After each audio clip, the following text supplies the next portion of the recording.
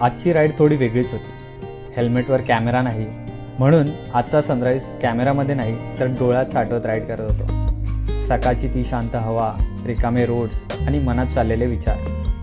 सुरुवातीपासूनच रोड खराब होते, खूप सारे डायव्हर्जन होते, पण राईड काय थांबत नव्हती. मध्येच एका लोकल हॉटेलमध्ये नाश्ता केला. नाश्ता लोकलच होता, पण खूप जबरदस्त होता. त्यापुढे खूप काही घडलं, पण रेकॉर्ड करण्यासाठी कॅमेरा नव्हता, म्हणून त्या सगळ्या गोष्टी आठवणीत आणि त्या दिवशी काढलेल्या फोटोजमध्येच राहिल्या. पण त्या दिवसातली एक गोष्ट कधीच विसरणार नाही, आणि ती म्हणजे एक रायडर मित्र भेटला, ज्याने त्या थकव्यात पण गप्पा मारून थोडं शांत केलं आणि पुढच्या रोडसाठी गाईड केलं. सकाळी निघताना तर 600 किलोमीटर खूपच सोपे वाटले होते, पण तेच 600 किलोमीटर क्रॉस करताना 1200 किलोमीटर केलेल्याचा फील झाला. आजच्या दिवशी खूप काही शिकलो. सांगायला खूप काही आहे, पण